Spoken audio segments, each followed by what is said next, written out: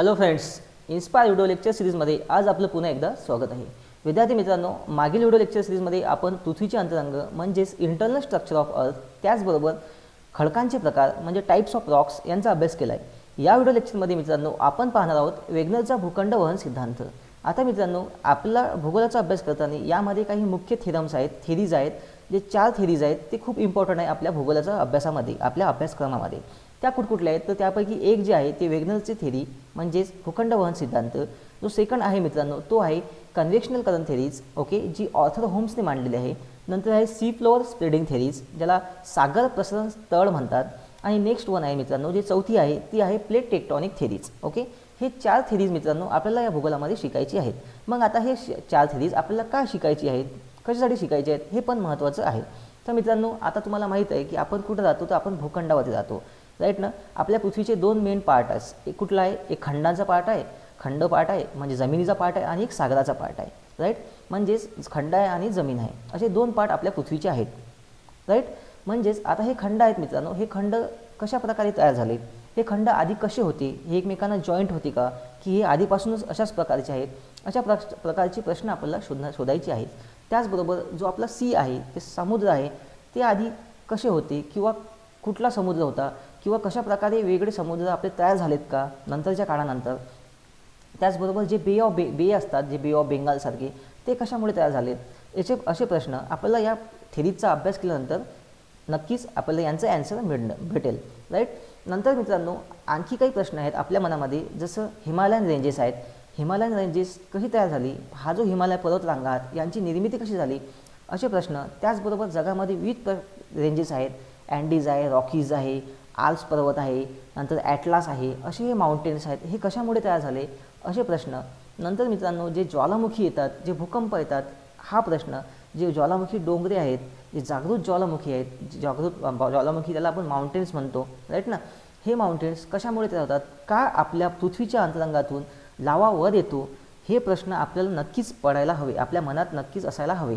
आता यांचा आन्सर कधी भेटेल मित्रांनो आपल्याला जेव्हा आपण ह्या 4 थेरीजचा व्यवस्थितपणे अभ्यास करूयात, ओके, तेव्हाच आपल्याला या प्रश्नांचं, सर्व प्रश्नांचं ॲन्सर हे आपल्याला भेटेल. त्यासाठी तुम्हाला येणारे जे पुढील 4 लेक्चर्स आहेत, जे 4 व्हिडिओ लेक्चर्स आहेत, ते नक्की तुम्हाला लक्ष देऊन, भान ठेवून हे तुम्हाला बघावे लागतील. तर मित्रांनो, मी तुम्हाला संपूर्णपणे या सर्व प्रश्नांची उत्तर देण्याचा प्रामाणिकपणे प्रयत्न करेन, राईट. तर मित्रांनो, जी पहिली थेरी आहे आपली ती आहे वेगनरचा सिद्धांत, म्हणजेच त्याला आपण म्हणतो वेगनरचा भूखंड वहन सिद्धांत. मित्रांनो, हा जो भूखंड वहन सिद्धांत आहे तो मांडला आहे 1922ला अल्फ्रेड वेगनरने, जो की जर्मन जिओलॉजिस्ट होता, राईट. तो कोण होता, जर्मन जिओलॉजिस्ट. त्याने मित्रांनो असे कन्सिडर केलं आहे की त्याने कन्सिडर केले जो भूखंड वहन सिद्धांतामध्ये जो आपला कॉन्टिनेंटचा पार्ट होता, म्हणजे जो खंडांचा पार्ट होता, त्याला त्याने नाव दिलं आहे पॅन्जिया. ओके, काय नाव दिलं त्यांना, पॅन्जिया. आणि जो ओसेनचा पार्ट होता मित्रांनो, तो त्याला नाव दिलं आहे पॅन्थालासा.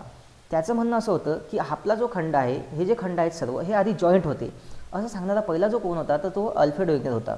त्याने म्हटलं आहे की आपले सर्व खंड आहेत, जे कॉन्टिनेंट आहेत, ते आधी जॉईंट होते, आणि नंतर 200 मिलियन्स इयर एगोपासून का होत आहे, हे खंड आहे एकमेकापासून दूर व्हायला सुरुवात झाली. ओके, तर अशा पार्टला याने काय नाव दिलं आहे, जो कॉन्टिनेंटचा पार्ट आहे त्याला पॅन्जिया म्हटलं त्याने, आणि जो ओसेनचा पार्ट होता, ओके, म्हणजे जो सागराचा पार्ट होता, त्याला त्याने नाव दिलं आहे पॅन्थालासा. ओके, हे तुम्ही लक्षात ठेवा.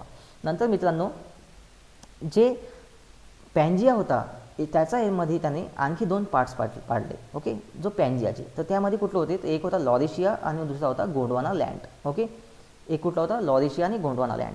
आता लॉरेशियामध्ये कुठला होतो, तर लॉरेशियामध्ये नॉर्दर्न अमेरिका आणि युरोशिया यांचा पार्ट हा आपल्या कशामध्ये येतो, तर लॉरेशियामध्ये येतो.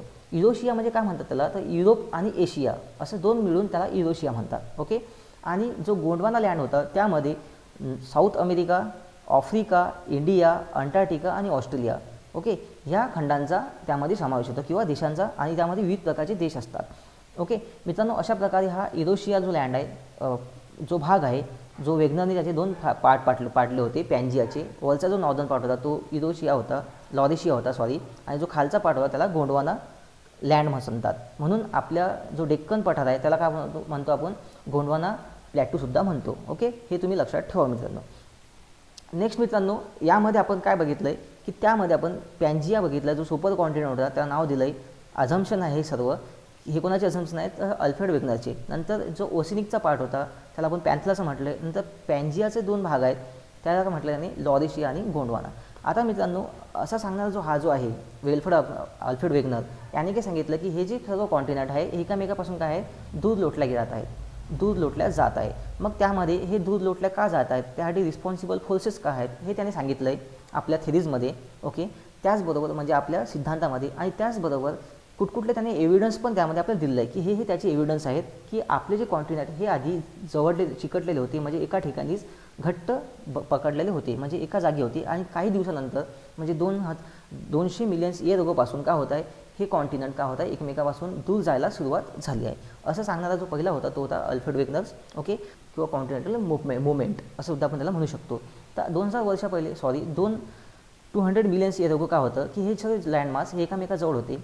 नंतर काय झालं, नेक्स्ट स्लाईडमध्ये बघू शकतो आपण, एकामेकापासून हे ब्रेक व्हायला सुरुवात झाली. ओके, इथं तुम्हाला दिसते, इथं अमेरिका का होत आहे, नॉर्दर्न अमेरिका ब्रेक होत आहे युरोशियापासून, राईट. इथून जो आफ्रिका आहे, आफ्रिकापासून ब्रेक होत आहे दक्षिण अमेरिका, इंडिया पण पुढे सरकत आहे. आणि इथं अंटार्क्टिका का होत आहे, नेक्स्ट स्लाईडमध्ये का होत आहे, इथं ब्रेक होत आहे, राईट.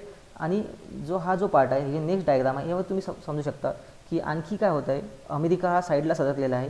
नंतर दक्षिण अमेरिका पण बाहेर गेलेला आहे, आफ्रिकेपासून खूप लांब गेलेला आहे.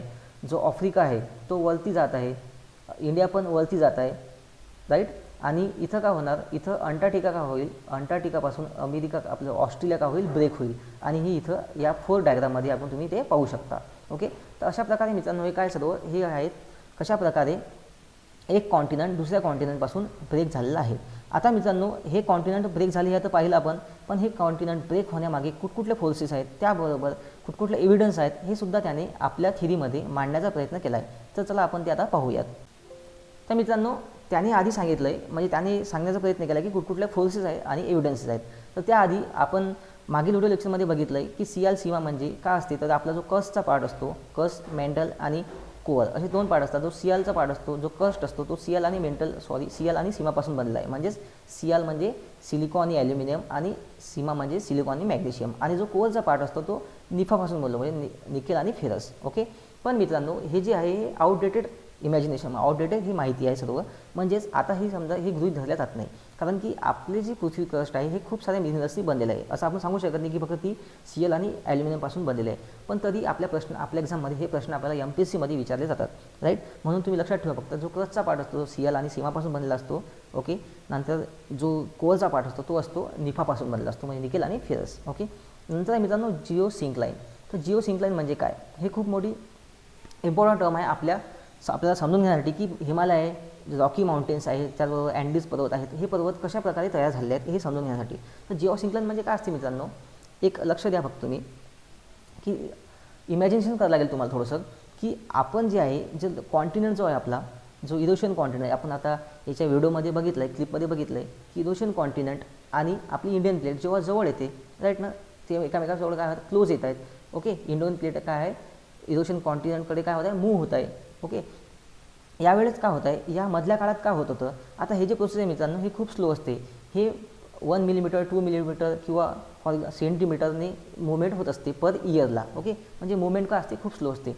मग काय होईल, जे युरोशियन प्लेटवरती आपल्या वरच्या भागामध्ये जो चायना अफगाणिस्तान हा जो पार्ट होता वरचा, ओके, मंगोलिया वगैरे, म्हणजे त्याला आपण युरोशियन प्लेट म्हणतो. तिथं काय होते, तिथल्या ज्या नद्या होत्या, जे रिव्हर्स होते, त्या खूप मोठ्या नद्यामुळे तिथल्या नद्यामुळे काय होईल की तिथलं जो गाळ आहे तो साचून कुठं साचेल, त्या समुद्रामध्ये साचेल, म्हणजे त्या ओशनमध्ये साचेल. त्याचं नाव काय होतं, त्याचं नाव होतं तेथीस सी. ओके, काय होतं, तेथीस सी. ओके, जेव्हा हे दोन्ही प्लेट एकामेकाजवळ येतील, क्लोज येतील, मग काय होईल, हा जो सी आहे मित्रांनो हा नॅरो होऊन जाईल, म्हणजे हा लहान होऊन जाईल, विड्थ त्याची कमी कमी होत जाईल, राईट ना, म्हणजे जेव्हा कमी कमी होईल. ओके मित्रांनो, तुम्हाला इथे इमॅजिनेशन करत आहे, कारण की मी पण तुम्ही आपल्यासमोर फिजिकल आपला हा लेक्चर्स नाही आहे, म्हणून तुम्ही फक्त समजून घ्यायचा प्रयत्न करा. जेव्हा 2 प्लेट्स समोर येतील, तो जो मधातला पार्ट होता, मधातला जो ओशन होता, तो नॅरो होऊन जाईल, राईट ना.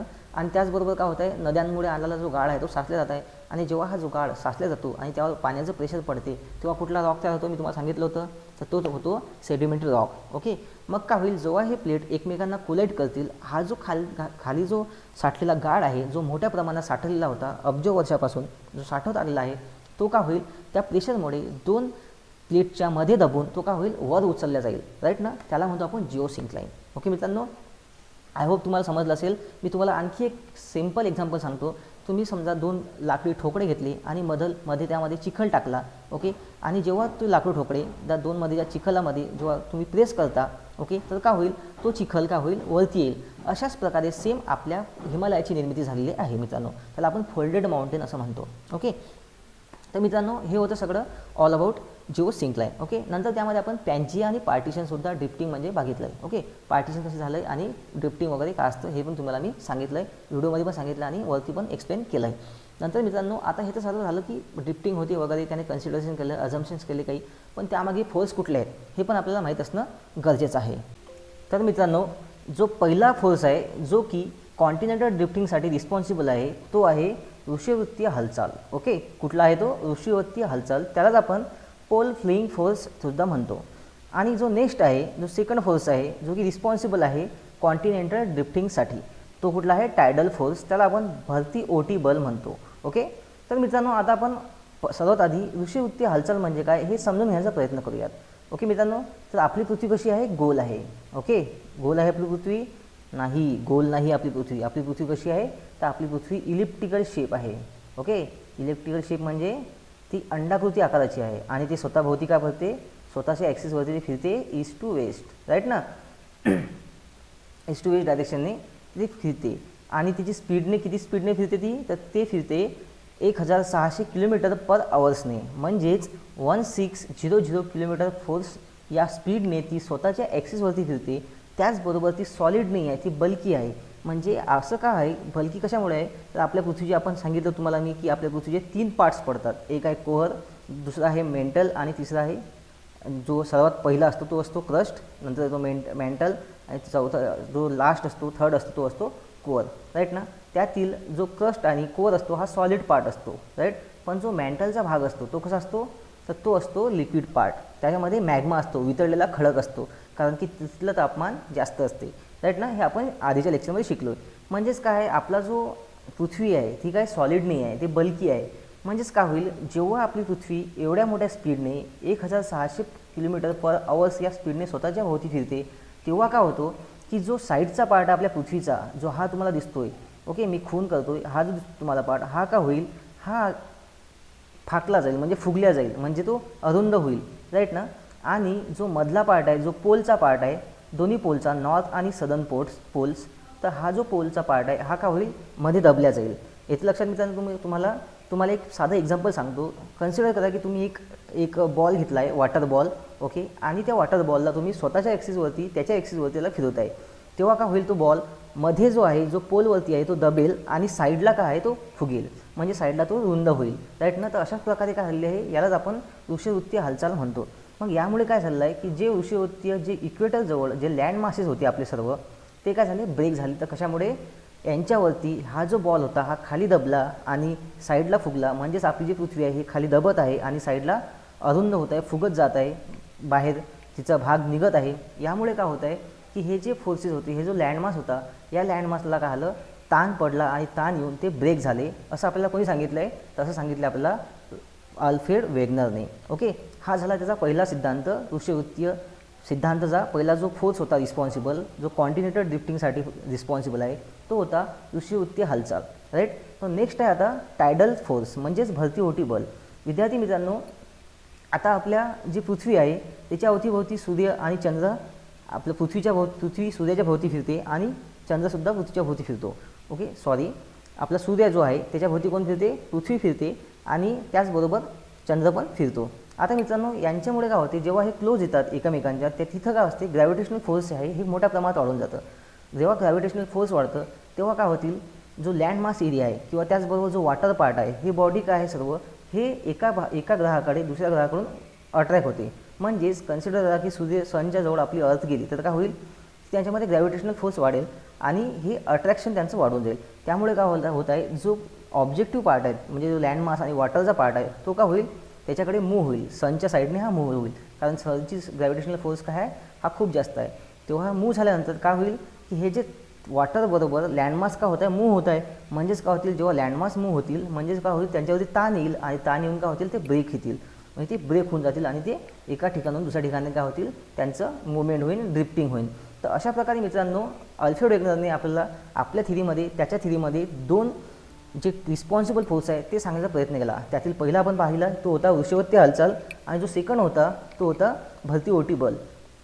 तर मित्रांनो आपण आधी काय शिकलो आहे, तर आपण अल्फ्रेड वेगनरबद्दल सर्व अझम्पशन्स बघितले, त्यामध्ये जिओसिंक्लाइन म्हणजे काय बघितलं, ड्रिफ्टिंग कशी होते हे तुम्हाला समजून सांगण्याचा प्रयत्न केला एका क्लिपनुसार, आणि त्या ड्रिफ्टिंगमागे कुठकुठले रिस्पॉन्सिबल फोर्सेस आहेत जे वेगनरने आपल्या थिरीमध्ये मांडले आहेत ते मी तुम्हाला समजून सांगायचा प्रयत्न केला. ओके, आता नेक्स्ट जे आहे आपण काय पाहणार आहोत नेक्स्ट स्लाईडमध्ये, तर आपण तिथे एव्हिडन्स पाहणार आहोत. म्हणजेच आता काही लोक होते की ते एव्हिडन्स मागणार होते. ऑब्वियसली जर तुम्ही एखादा प्रोजेक्ट करताय किंवा एखादा सिद्धांत मांडताय तेव्हा काय होते, तेव्हा तुम्हाला कोणी ना कोणी एव्हिडन्स मागतात. म्हणून आपल्याला काय आहे, आपलं हे सर्व करताना किंवा सर्व गोष्टी प्रोजेक्ट करताना आपल्याला एव्हिडन्स असणं आपल्याकडे आवश्यक आहे. तर त्याच प्रमाणे अल्फ्रेड वेगनरने सुद्धा आपल्याकडे काय ठेवलेत, एव्हिडन्स ठेवले होते. तर चला मित्रांनो आता आपण ते एव्हिडन्स 1 बाय 1 पाहूयात. तर मित्रांनो जो कॉन्टिनेंटल ड्रिफ्टिंगसाठी जे एव्हिडन्स होते, जे की evidence in support of continental drift असं त्याला म्हणू शकतो आपण, तो त्यातला पहिला जो एव्हिडन्स होता तो होता झिग्सॉ फिट. ओके, त्याला म्हणतो आपण किनारपट्टीय सरूपता. ओके, आता किनारपट्टीय सरूपता म्हणजे काय मित्रांनो, तुम्हाला डायग्राममध्ये बघून लक्षात येईल.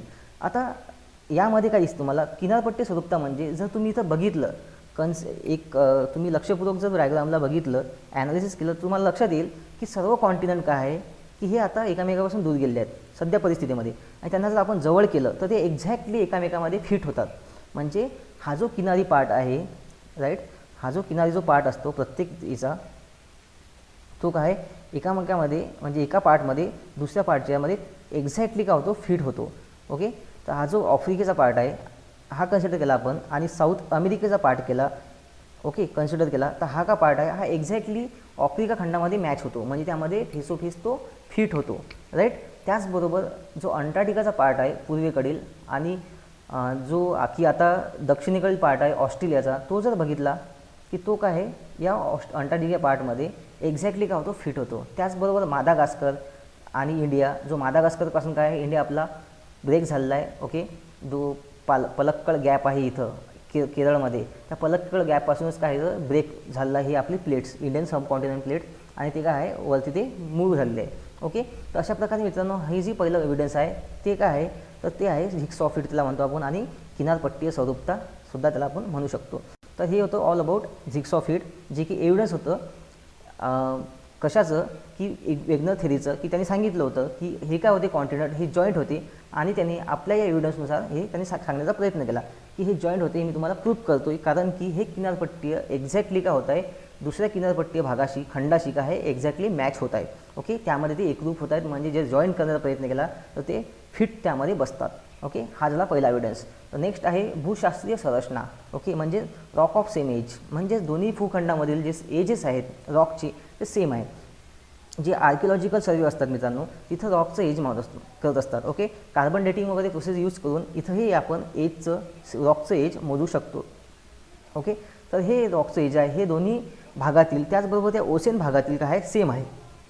ओके मित्रांनो, हा होता सेकंड एव्हिडन्स. जो थर्ड आहे डिस्ट्रीब्युशन ऑफ फॉसाईल फेल्स. ओके, आता हे खूप महत्त्वाचं आहे मित्रांनो, जे की प्राणी होते सर्व खंडांवरती, ते काय होते जेव्हा हे खंड जॉईन असतील, म्हणजेच काय होतील, प्राणी का होईल साऊथ अमेरिकापासून का होईल ऑस्ट्रेलियापर्यंत मुवमेंट करू शकतो, राईट ना, जो की प्राणी फक्त आपल्या पायावरती चालतो, राईट. हा प्राणी काय करेल, अमेरिकापासून तर साऊथ अमेरिकापासून तर अंटार्क्टिकावर जाईल किंवा इंडियामध्ये जाईल, आफ्रिकेमध्ये तो मुवमेंट करू शकतो. पण आता काय झालं की आता हे प्लेट्स एकमेकांवर दूर गेलेले आहेत, आणि मध्ये काय आला सी आला, म्हणजेच काय होतील, जे चालणारे प्राणी असतात ते मुवमेंट नाही करू शकत, म्हणजे ते समुद्रातून एवढ्या दूर पोहून म्हणजे स्विमिंग करून जाऊ नाही शकत, राईट ना. मग आता यांचं असं म्हणणं आहे की आता जो आपल्या साऊथ अमेरिकेमध्ये जे फोसाईल्स फेल भेटतात, जे फोसाईल्स आहेत की ज्यांच्यामुळे जिथं प्राणी होते जे मेलेले आहेत आणि त्यांचं जे स्केलेटन असतं त्याला आपण फोसाईल्स फेल म्हणतात, फोसाईल्स रिमेन्स म्हणतात त्याला, सॉरी फेल नाही, फोसाईल रिमेन्स. तर हे जे फोसाईल रिमेन्स आहेत एक्झॅक्टली तसेच फोसाईल रिमेन्स आफ्रिकेमध्ये, त्याचबरोबर असे काही किनारी प्रदेशातील भागातील असे आहेत की ते इंडियामध्ये भेटतात, जे मादागास्करमध्ये भेटतात तेच काय भेटतात, इंडियामध्ये सुद्धा भेटतात. त्याचबरोबर जे अंटार्क्टिकाच्या पार्ट्समध्ये भेटतात आपल्याला, वनस्पती आल्या त्यामध्ये, मग प्राणी जीवजंतू सर्व गोष्टी आल्या, ओके, ते सुद्धा आपल्याला ऑस्ट्रेलियामध्ये भेटतात. ओके, म्हणजेच काय होतं, हे कशाचं एव्हिडन्स आहे की हे जे पार्ट्स होते हे सर्व आधी एक्झॅक्टली जॉईंट होते. आधी हा जो पार्ट होता लँडमासचा हा जॉईंट होता आणि काही वेळेनंतर तो काय झाला ब्रेक झाला. त्यामुळे काही प्राणी इकडे राहिले, या खंडांवरती राहिले, काही त्या खंडांवरती, असे हे प्राणी काय झाले डिवाईड झाले मग. आणि ते तेव्हा काय करू शकले, ते मुवमेंट करू शकले नाही, कारण की मध्ये काय आला सी आला, वॉटर पार्ट आला, वॉटर बॉडी आली. राईट, हे होतं मित्रांनो त्याचा सेकंड एव्हिडन्स, की तो का सांगतो पुराजीवशास्त्रीय पुरावे. Okay, distribution of fossils remains असं आपण त्याला म्हणू शकतो. नंतर palaeo climatic evidence. Palaeo climatic evidence म्हणजे काय असते मित्रांनो, की जे क्लायमेट आहे तिथलं हे काय होतं सेम होतं. ओके, म्हणजे त्यातलं जे क्लायमेट होतं ते सेम होतं, त्यांच्यामध्ये कुठलाही चेंज नव्हता.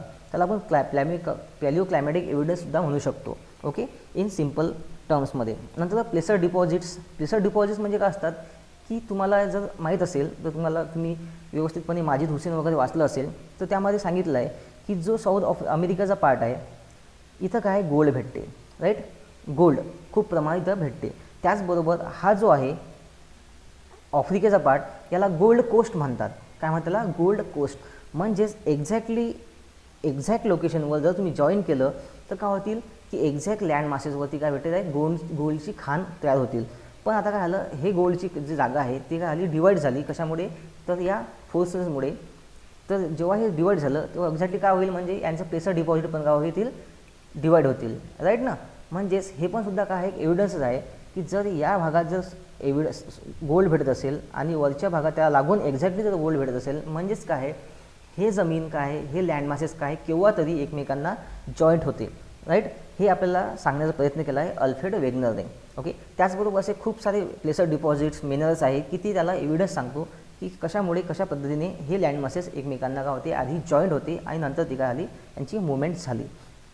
नेक्स्ट आहे मित्रांनो, जो की नेक्स्ट एव्हिडन्स आहे तो आहे पॅलिओ मॅग्नेटिझम एव्हिडन्स. ओके, आता यामध्ये आपण मित्रांनो डिटेलमध्ये शिकवायचं आपल्याला गरज नाही आहे. फक्त तुम्ही एवढंच लक्षात ठेवा की आपलं जे पृथ्वीचं जे वेगळं पद्धतीने चुंबकत्व असतं, मॅग्नेटिझम असतं, ते वेगळं असतं. म्हणजे ज्या डायरेक्शननी आपली पृथ्वी फिरते तेव्हा जो पॅलिओ मॅग्नेटिक जो त्याचा फोर्स असतो तो वेगळा असतो. मग हे पॅलिओ मॅग्नेटिझम जे असते ते काय करते, ते एव्हिडन्स त्या रॉकमध्ये आपल्याला दिसतात. ओके, जेव्हा ते रॉक तयार होतात, म्हणजेच आपल्या प्रत्येक खंडातील प्रत्येक भागातील पॅलिओ मॅग्नेटिकचं जे प्रमाण असते ते वेगळं असते. जे मॅग्नेटिक पॉवर असते की मॅग्नेटिक आपले जे आयरनची मात्रा असते ती वेगळ्या खडकामध्ये वेगळी असते. तर यांचं काय आहे, पॅलिओ मॅग्नेटिक एव्हिडन्स सेम आहे. म्हणजे सारख्या प्रमाणात दोन्ही ठिकाणी काय मिळतात, पॅलिओ मॅग्नेटिक जे मॅग्नेटिकचं प्रमाण आहे ते सेम प्रमाणात मिळते. हा त्याचा एक एव्हिडन्स आहे, तुम्ही हे पण सध्या लक्षात ठेवा. नंतर मित्रांनो नेक्स्ट आहे की हा जो पार्ट होता हा नेक्स्ट थिरीजमध्ये एक्सप्लेन झाला. Okay, the next third theory आपली सागर जड पसरण त्याला म्हणू शकतो किंवा सी फ्लोअर स्प्रेडिंगसुद्धा आपण त्याला म्हणतो. तर हे जे थिरी आहे मित्रांनो, यामध्ये काय झालं की त्यांनी सांगितलं की त्यांनी मान्य केलं की हे जे लँड मासेस आहे एकमेकापासून दूर जात आहे. ओके, त्यांनी मान्य केलं त्या थिरीमध्ये की हे जे लँड मासेस होते, जे सांगितलं होतं आपल्याला वेगनरने की हे लँड मासेस एकमेकांना आधी जॉईंट होते आणि ते आता जात आहे. तर ते कशामुळे जात आहे, ते कशावरून सांगितलं ते आपण या थिरीमध्ये बघू. तिथं मिड ओशनिक रिजचा एक पार्ट येतो, त्याच्यावरून ही आपली संकल्पना क्लिअर होऊन जाते. ओके, तर मित्रांनो हे ऑल अबाउट बघितलं आपण की एव्हिडन्समध्ये पहिला एव्हिडन्स होता jigsaw fit, rock of same age, distribution of fossils remains बघितलं आपण. Palaeo magnetism, palaeo climatology evidence बघितले, प्रेशर डिपॉझिट अँड सागरजळ प्रसरण, त्याचा आपण अभ्यास नेक्स्ट लेक्चरमध्ये करणार आहोतच. मित्रांनो हे सगळं झालं आता याचे एव्हिडन्स. पण काही जे लोक होते त्यांनी काय केलं, याच्यावरती क्रिटिसिझम केलं. ओके, तर क्रिटिसिझम काय केलं, तर आपण इथे काहीतरी म्हणजे काही प्रमाणात इथं क्रिटिसिझम आपल्याला माहीत असणं गरजेचं आहे. तर जे मुख्य क्रिटिसिझम होतं त्याचं ते होतं की त्यांनी सांगितलं, काही जे लोक होते त्यांनी सांगितलं की अल्फ्रेडने फक्त जेव्हा थेरीचा आपला अभ्यास केला किंवा सांगितलं आहे तेव्हा त्यांनी फक्त गोंडवाना लँडचाच हे तिथं घेतलं आहे, मुद्दा घेतला. ओके, त्यांनी गोंडवाना लँडच फक्त कन्सिडर केला आहे. जो लॉरेशियाचा पार्ट होता तो त्याने कन्सिडर केला नाही किंवा त्याबद्दल त्याने सांगण्याचा प्रयत्न केला नाही. त्याचबरोबर आणखी त्यांनी जे फोर्सेस सांगितली त्यावरती सुद्धा खूप प्रमाणात प्रश्न विचारले गेले. कारण की हे जे फोर्स होते, आपला जो लँड मास होता हा खूप मोठा, हा खूप वेटेड आहे, खूप मास आहे त्याला. तर एवढे भारी लँड मास, एवढे वेटेड लँड मासेस एका ठिकाणून दुसऱ्या ठिकाणी मूव्ह करणे त्याला खूप मोठ्या प्रमाणात एनर्जी लागते. राईट, एनर्जी ऑब्वियस लागेल कारण की त्याचं वजन खूप असेल. तर मग हे जी एनर्जी आहे जे त्याने सांगितली आहे, जी वेगनरने सांगितली आहे की उष्णतेची हालचाल आणि त्याचबरोबर जे होती फलती होती बल, हे त्याला त्या फोर्सेसला, ज्या लँड मासेसला मुवमेंट करण्यासाठी इनफ नाही आहे. ओके, म्हणजे हे फोर्सेस कमी पडतात ते लँड मासेसला मुवमेंट करण्यासाठी. ओके, तर असं हे त्याच्यावरती क्रिटिसिझम झालं आहे. ओके, हे काही प्रमाणात त्याचे रिझन होते. त्याचबरोबर जे रिक्स ऑफ फीड होतं ते एक्झॅक्टली प्रत्येक ठिकाणी मॅच होत नाही, हे पण एव्हिडन्स झाले. त्याचबरोबर जे प्लेसर डिपोर्ड आहे मग ती प्रत्येक ठिकाणी भेटायला पाहिजे होती. तर असं काही शास्त्रज्ञांचं त्यांनी त्याच्यावरती या थिरीजवरती क्रिटिसिझम केलेलं आहे किंवा टिप्पणी केलेली आहे. तर मित्रांनो, या व्हिडिओ लेक्चरमध्ये आपण शिकलो आहे की कशाप्रकारे आपल्या भूखंड हा जॉईंट होता, नंतर एकामेकापासून तो त्याचं अलगीकरण झालं, म्हणजेच तो ब्रेक झाला आणि तुटला आणि एकामेकापासून लँड मासेस काय आहे दूर लुटल्या गेली. नंतर वेगनरने सांगितलं आहे, त्यामध्ये आपण पॅलिओलॉजी, त्यानंतर आपण जे जिओ सिंक्लाईनचा अभ्यास केला आहे ते पण तुम्हाला सांगितलं आहे. त्याचबरोबर तुम्हाला लक्षात आलं असेल की आता व्हिडिओ क्लिप बघून की हिमालयाची निर्मिती झाली ते पण तुम्हाला मी शॉर्टमध्ये समजून सांगण्याचा प्रयत्न केला आहे. नंतर जे रिस्पॉन्सिबल फोर्स होते त्याचा आपण अभ्यास केला आहे आणि नेक्स्ट बघितले आपण एव्हिडन्सेस आणि त्यानंतर बघितले आपण त्याचे क्रिटिसिझम. ओके मित्रांनो, आता नेक्स्ट लेक्चरमध्ये आपण शिकणार आहोत कन्व्हेक्शनल करंट थेरीज. ओके, जो की रिस्पॉन्सिबल फोर्स आहे ॲक्च्युली आपल्या या सर्व लँडमासला मुवमेंट करायसाठी. तर तो जो थेरी आहे, ते जो थेरम्स आहे किंवा सिद्धांत आहे, आपण तो नेक्स्ट लेक्चरमध्ये भेटूयात, त्याचा अभ्यास करूयात. तोपर्यंत मित्रांनो आपण इथंच थांबूयात.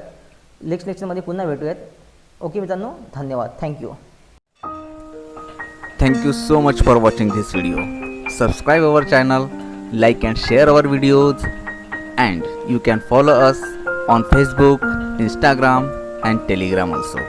Thank you so much once again.